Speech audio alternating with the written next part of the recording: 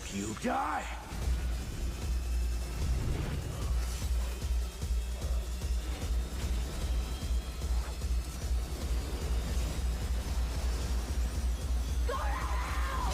Freddy versus Jason. Place your bet.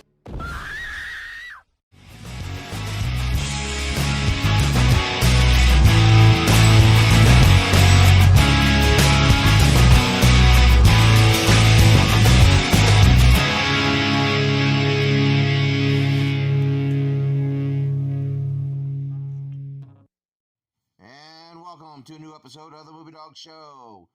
We are in the main event, ladies and gentlemen. The Springwood Slasher versus the Mama's Boy. That's right, folks. We're going to be talking about Freddy versus Jason with special guest Psycho 311. This has been a long over-delay movie for over a decade. Came out in 2003, and we're going to... Warren and I are going to sit back and we're going to talk about the clash of two movie horror icons, Freddy versus Jason. All right, folks, this is the main event. We are in this is the final horror edition episode of the Movie Dawgs Show, and got Warren here with me, Psycho 311. Hey, how you doing? How you been, man? All right, been good. Well, as the time of this recording, I just had a birthday, so happy birthday. And thank you. And Halloween's just right around the corner, so perfect time to talk about one of the most important and most anticipated film at the time was Freddy vs. Jason. As I said at the opening, this movie came out in 2013, and it had some controversy, and not to mention, there was a long wait for this film. I can remember early in 1991, I believe it was, or 93. Yeah, it was 93, I believe, when Jason Goes to Hell came out. And at the end of that film, we were given the promise when Freddy's glove came out of the ground and grabbed Jason's mask that this was going to happen. Yeah, that was pretty iconic, if I remember correctly. Yeah, and oddly enough, that was Kane Hodder's hand in Freddy's glove that grabbed it. So Kane Hodder can say... Grabbed his own face. Yeah.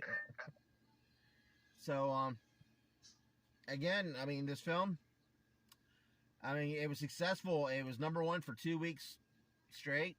And it made its money. I'm not going to lie to you. It was directed by Ronnie Yu. They did have some concerns and controversy that because Kane Hodder didn't come back. He was replaced with what was the name? That was one of the things that kind of turned me off about this film, was that they did not have Kane Hodder back, because once they found him in part 7, and I believe he was in 4 all the way up to Jason X.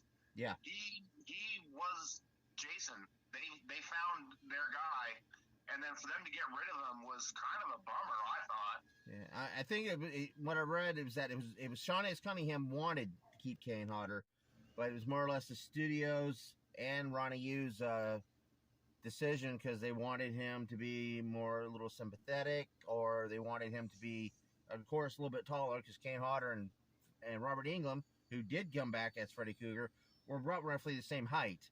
But I understand they wanted to make Jason a little more of a menacing, compared to Freddy, when they stand side by side. But it was a bit of a disappointment. I mean, I'm not gonna say, and that's one of the things I took away from the film about being disappointed that Kane Hodder didn't come back. Yeah, absolutely. That was one of my major gripes with that movie, honestly. Ken Kitzenberg, I think is that his name, the guy that replaced Kane Hodder for the role of Jason. The movie also started Monica Keena, very beautiful actress that they got to be the final girl in this film. I don't know if you remember her character much, but she was kind of she was living in Freddy's house basically, and She had watched what she thought was her dad may have killed her mom, but ended up it was Freddy. And of course, the town was being repressed when it came to any memory of Freddy, which is why Freddy summoned Jason by tricking to be his mom and to wake him up and get him out from the bowels of hell. So I just have to say that that was a good way of trying to figure out how to bring Jason into the shared universe. Yeah, they had some clever. I thought that was a pretty clever way of getting him back. Yeah, I mean, also, the fact that the drive of his mother, is what keeps his heartbeat, going. Sadly, Betsy Palmer, because when it came to contract negotiations, did not return. So they did have another actress portray her, but again, it is what it is. I mean, you also had Kelly Rowland from Destiny's Child. Oh yeah, I forgot she was in that film. Yeah. And then Jason Ritter, who's the son of the late great John Ritter, who had just passed away just a couple years before. I believe he was one of the co-stars. He was one of the main characters in that. Yeah, film. he was the boyfriend of Monica Keane's character. And I said I'm not going to try to go too much into the plot of the details or anything of the film, but I do have to say this was after all these passes and the development hell that this film had been in, that the guys who wrote this screenplay was really able to take elements from certain different screenplay drafts and integrate it in here. The one thing I'm sure that you may have read over the years that there was these Fred heads that were Freddy worshippers that was trying to or was it Jason heads or something like that would try to bring Jason to life, and by throwing his heart into the lake, into Crystal Lake, to try to bring him back to life. Or there was another part of a story where a girlfriend dreamt her late boyfriend and brought him back to life in the form of Jason in order to be able to fight Freddy. And there was even Quentin Tarantino had reported taking a shot at writing a script for this movie. That would have been interesting, huh? Yeah, that would have been. That definitely would have been. But again, the film did pretty well for I mean, for what it was like on a budget of $30 million, and it made $116.6 million worldwide box office. So that's not bad. That's a profit. Yeah, absolutely. I mean, just for the fact that it had been in production, and you add all the years that it may have been, and any money got spent for the development of this film. I mean, the original thought about bringing these characters together dated back all the way from 1987. Oh yeah, I remember being a kid growing up watching both of these franchises and thinking like, yeah, they should for sure get these guys in, against each other, which was kind of strange facing off against each other. Yeah, and I mean, I know Wes Craven was always against this because he didn't see Freddy like this. I mean, compared to the in the last two Friday or Nightmare on Elm Street films, especially when it came to 5 and the Final Nightmare Part 6, they really had Freddy more of a character, more comical. Yep. And of course, Wes Craven didn't see him that way. Of course, he got development. They were able to keep doing some movies on their own to keep the characters fresh. Yeah. In the audience's mind. What's one of the things that stood out in this film for you that you did like?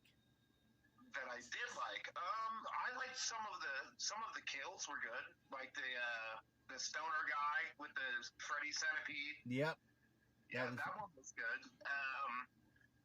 Even the battle towards the end when they were fighting, I thought that was pretty good too. Yeah. And there was just a bunch of other teenagers around witnessing this crazy fight between two people who aren't even supposed to exist. Yeah.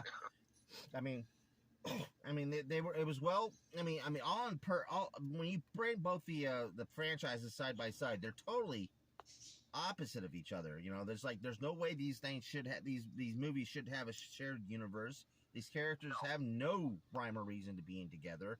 Well, have you heard the rumor that Freddy and Jason? It's possible that well, it's a theory that they are both Dadites. Yep, I have heard about that. I mean, that was kind of touchy. That's a little tie-in there. I mean, Jason Goes to Hell. There was a tie-in of Evil Dead when they come to the Book of the Dead showed up in Freddy versus not Freddy versus Jason, but in Jason Goes to Hell. No, and even I believe in Evil Dead 2, you can see a shot of Freddy's glove hanging on the wall as well. I believe so. Yeah, I believe you'd be right about that. But I mean, that was going to be the basis of a sequel because this movie did do successful enough to where New Line teased with a notion to make a sequel and bring in the character of Ash Williams, which would have been fine with me. I mean, I actually spoken to one of the guys. They made it into a comic eventually. Yeah, I remember that. I actually spoke at a convention. Spoke with one of the guys who had worked on that Freddy versus Jason versus Ash, and he's like, you don't understand how close this was being made into a movie. I mean, this was like on the 0 hour because at the time, Time Warner and AOL merger was kind of deteriorating, and of course, Time Warner was getting bought again by somebody else, so things kind of, gets lost in the shuffle, and new management comes in and go, eh. So, but I mean, we came very close. I saw this film opening night, and I did as well in the theater. Yep, yeah. I was there, and it was a packed audience. I mean, I even had my Fangora special, Freddy versus Jason issue. Yep, I had that too. I still have that. I did until recently. Somebody offered me a good bundle of cash, and I couldn't resist not to take it. So the one that I have isn't the original one that I bought. I believe at Winn-Dixie. Yeah. Back in the day, but I was at a place called Half Price Books about a year ago, and they had it there, and it was $15. But I bought it. Yeah. It's something I remember when that magazine came out. I remember buying it, and I would just go through it all the time, like over and over and over. Yeah. And I believe it came with some posters also. Yeah, I mean, the thing is, the one thing that that Time Warner at the time missed out on was the more marketing for this film, because they could have made, really targeted more towards of course, the collectors, the adult collectors, action figures, more Freddy versus Jason action figures. I really think that, especially when it comes to the adult collecting, they did make a few, but they could have made a whole lot more. Yeah, absolutely. So, but let me flip the script here a little bit and ask you, what were things that you didn't enjoy about the film? Well, as we touched base, the whole notion of Kane Hodder not being able to play Jason this time around. The whole party out in the cornfield, even though there was some cool visual aspects, like when Jason's on fire and he's walking around in the fire, I do think some of it was just, coin the phrase, overkill. Yeah. When he's piling on that body count, when it came to slicing teenagers left and right, it kind of seemed a little cartoonish to me in that part. One of the things that I found interesting was that they played on Jason's fear of water. Yeah, that was out of the blue. That was really out of the blue. Now, it's a well-known fact that he drowned in the lake, but we've seen in a lot of the sequels, like, he was not scared to go in the water. No. Where he had that battle at the end of 6, and he was at the bottom of the lake, and then, I mean, he got to Manhattan, and obviously he was in the water to do that. So yeah.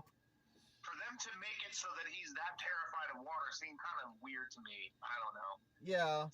Also, there was that notion Freddy was burnt to death, and Freddy never shown any fear of being on fire. So luckily, they never used that aspect. But there were some things that some lines that didn't make sense. I'm sure that's probably mostly due to editing and timing.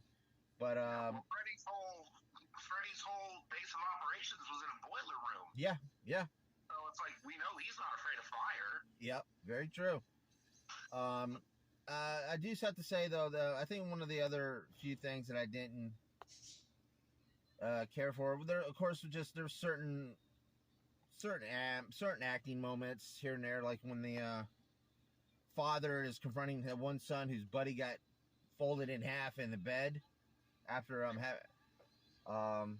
that, that whole setup right there was kind of a little bit uneventful. When he's sitting there next to his dad and his dad's head falls off, and Jason's there all of a sudden slicing him after he woke up from a nightmare from Freddy. Yeah. But other than that, I mean, it was minor things that really, when you get down to what I disliked about the film. But what I did like is how, they went into Jason's memory and, showed the kind of like what would have been his original death as a child. So I think that,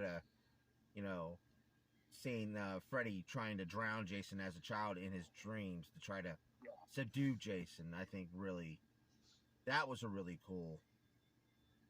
Well, I mean, that was kind of strange as well, because, I mean, we've never been led to believe that Jason sleeps before, except, I guess, when in part 2, when they discover that little shack, I guess there was a bed in there, but it's never been mentioned at all that he sleeps or dreams or anything. Like, he's just like well, I mean, after part 6, when they brought him back to life and he was a zombie, like, I'm pretty sure after that he wasn't sleeping at all. Yeah, I mean, they did. Before then he was. They did have like that little, I guess it was like in a dream world of Jason's, when it comes to a shack that's like out in the middle of nowhere, where that was supposed to be built of bodies, piles of bodies, in the middle of nowhere in the lake. The one thing I'd have to say that's probably the major thing that bugged me, but we'll talk about it right after this break, though. Hello, my little Luxes.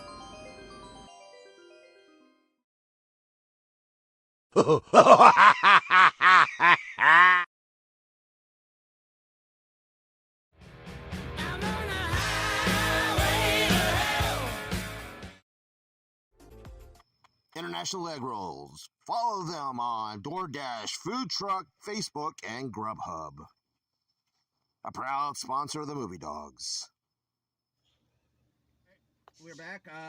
Well, I'd have to say that the one thing that really that it was a soundtrack, and now I can't remember who composed the soundtrack. He did that. The composer did pretty good merging the Friday the 13th themes and the Nightmare on Elm Street themes. But the soundtrack, when it came to a lot of the bands, I think they could have gotten more named brand bands, like possibly Metallica, Megadeth, or Ozzy Osbourne, anybody in the realm of metal, because they both went hand to hand on both franchises. Hell, even Alice Cooper, they could have got him back, because he did music for the 6th Friday the 13th film. Well, he was also in Freddy's Dead. He played Freddy's father when he was exactly. a young kid. Exactly. Would have been perfect. But Roseanne Barr was in that movie as well. Yeah. And I even had a review. I didn't ever touch base that Roseanne Barr and Alice Cooper were in that movie, and I even had a review just a few episodes before. That was the one thing that really, really bugged me, because they could again, the marketing, they could have really literally coined the phrase a killing when it come to the marketing of this film. They could have gotten so much A-list bands to really fill up that, because I honestly didn't want to. I listened to a lot of the music, and I really didn't want to buy the soundtrack. Yeah, I think maybe it was a budgeting thing, because licensing a Metallica or Megadeth song is probably a ridiculous amount of money. Yeah. That, or they could have gotten somebody that, could have gotten them to do original music for it, at least, Yeah, that's true, too. Well, that would have been pretty cool, I think. Yeah. But, I mean, if Metallica could have done it for Tom Cruise, they could have done it for Sean S. Cunningham. Yeah, that's true. But, I mean, I feel like the Mission Impossible, the budget was probably a little higher than the Freddy vs. Jason, maybe. That is very, very true. But, the guys who wrote this, Mark Swift, and then the other guy's Damus Lemus. I'm hoping saying his name right.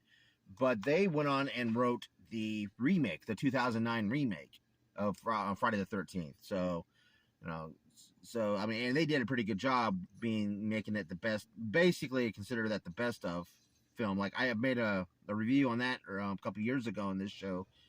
But again, and then of course they did a remake of Nightmare on Elm Street. But again, this right here, basically, you can say was the icing on top of the cake of these franchises.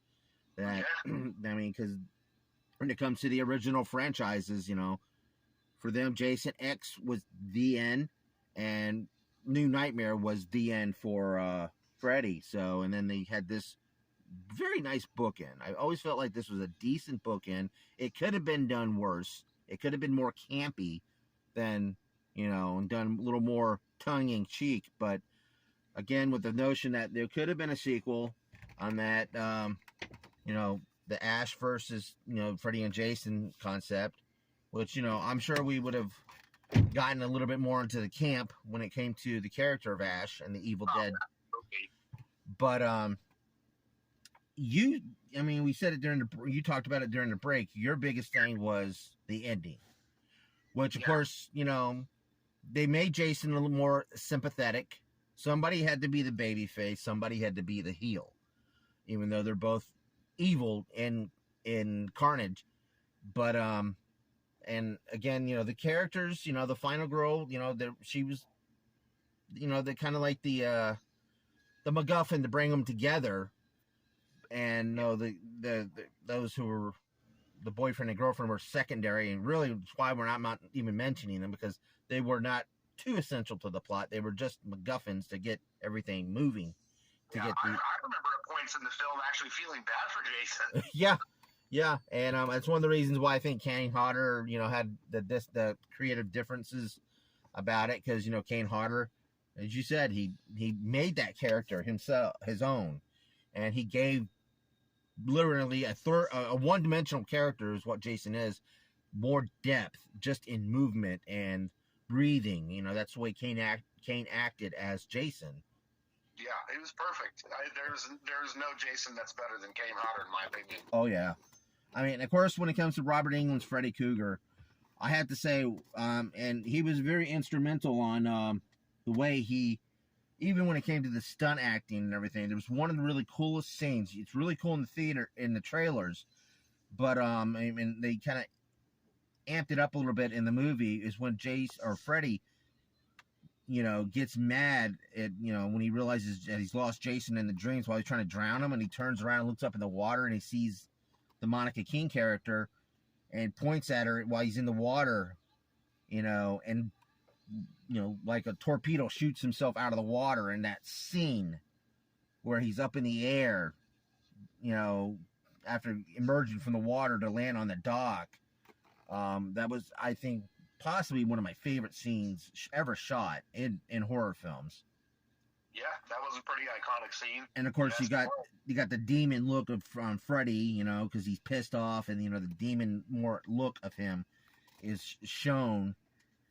But again, you said it, the fighting between Freddy and Jason was, I'd love the fact that these guys were able to take these large hits, and you got to see Jason really take on damage that he's never taken before, even though he's been blown up, burned, fired, shot, whatever. Yeah. But to see how he's literally crawling on the ground while Freddy's got his machete and his glove slicing at his back, and I mean, they really went all out when it came to those fights, and I'm sure that because Robert Englund, is true professional.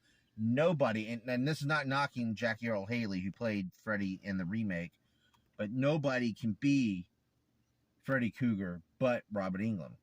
Yeah, I agree with that as well. I didn't really care for the Nightmare on Elm Street reboot. But again, you touched base when it came to the ending, which you can't have a clear, decisive ending. You can't, when you get down to it, you can say Jason won. But you mentioned it about the wink at the end of the film, which I look at it like this. Freddy, having his head being held by Jason when he's emerging from the water, holding Jason's head or Freddy's head, and then Robert Englund kind of looking at the camera, breaking character, breaking the fourth wall and winking, and you hear Freddy's laughter.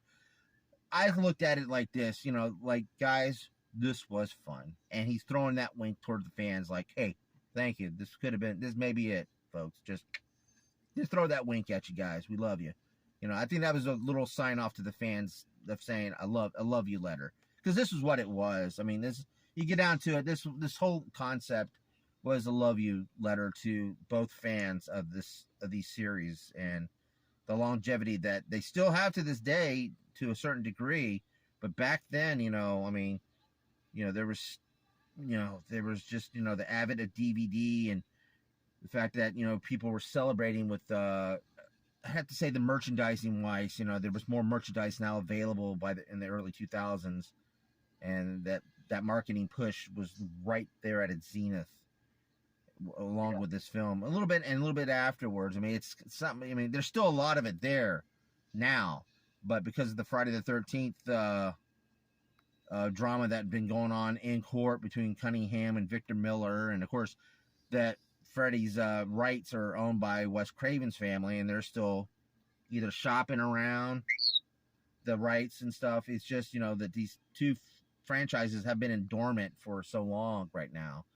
So, but I think that this right here was the zenith of both of them, and that it was a great bookend to say, it said minus the absence of Kane Hodder, but this right here was a great swan song for Robert Englund. If unfortunately, hopefully he can come back. I can see him coming back, and maybe a possible, when it comes to, there's supposed to be a Friday the 13th series called Camp Crystal Lake coming out next year on Peacock. So I'm looking forward to that as well. Yeah, but as you said, you that was the one thing that you did take away that kind of rubbed you a little bit the wrong way, was the ending. Yeah, obviously, like I said, there's not going to be a definitive winner because they're both titans in horror. But just the way that they did it. But I never looked at it from the perspective of the wink being a thing as like a nod to the fans. I looked at it as like they were trying to maybe set something else up. Yeah. But yeah. I wasn't too sure what was going on there. But I don't know. It just felt kind of off for me. Yeah. Well, your final thoughts, man, on when it comes right down to it, when you get right down to it, the bare bones, was this the perfect, as fans of the original series for both, minus, the reboots or anything else that's coming, or spin-offs or anything that's coming out after for these things? I'd say, with the exception of Kane Hodder not being a part of the movie, it was a pretty good film otherwise, but that was a major disappointment for myself as well as probably many Friday the 13th fans. But other than that, yeah, it was a fun time. I saw it in the theater. I bought the DVD when it had come out. I still have it. Can't find it, but it's around here somewhere. But yeah, it was a fun movie. I did enjoy it, aside from little nitpicky stuff. But I feel like that's because I'm such a huge fan of both of the franchises. Most people probably wouldn't even have noticed most of the stuff that we mentioned on here. Yeah. I mean, that's the perfect thing. That's the best thing about being a fan, too. You always come up with your own sequels. So, and that's one thing that's been keeping these franchises alive, too, has been the fan films. So, yeah. So, but again, my final thoughts, I'd have to say about the same thing, man. I mean, with the exception of the absence of Kane Hodder, this was a solid film. Ronnie Yu did what the best that he could, and he was a perfect choice. And I do have to say that, it was worth the wait. It was worth almost a decade-long wait. And that, again, I still think that Monica Keene is probably one of the, one of those of the final girls from both series is the most attractive and very beautiful. So, and, that's saying a lot because, those who know me, I'm partial to brunettes. But and she's a blonde, but again, solid performances around. I mean, with the exception of a few here and there that are not even being mentioned because and Kelly Rowland's character was more or less a supporting character, so there wasn't much there. But again, solid performances and very well done. And I would highly recommend anybody to sit down, especially during the Halloween season, and give it a chance to watch it and everything without having to watch any of the other films. You can actually do that, with this film. Definitely worth a watch. I mean, for sure. Yeah. All right. Well, Warren, again, where can people find you on the what formats? TikTok, Psycho311, and also I do have a YouTube channel that I Psycho311, and that's about all I mess with for now because it keeps me pretty busy. All right. I'll have those links down to the description below, folks. Again, check out my sponsors. Check them out on social medias, all around. And again, folks, thank you so much for making this month very successful. Again, Warren, I want to thank you for being on the previous episode about the Texas Chainsaw Massacre. Again, I appreciate a lot you jumping into the doghouse and talking the shit with me, man. Yeah, I appreciate you having me. I had a lot of fun both times. All right, man. All right, folks. Don't forget, like and subscribe. Share away, folks. And again, be safe this Halloween season when you're out there trick-or-treating with the kids. And thanks for watching. And keep on watching, folks. Sweet dreams. Bye.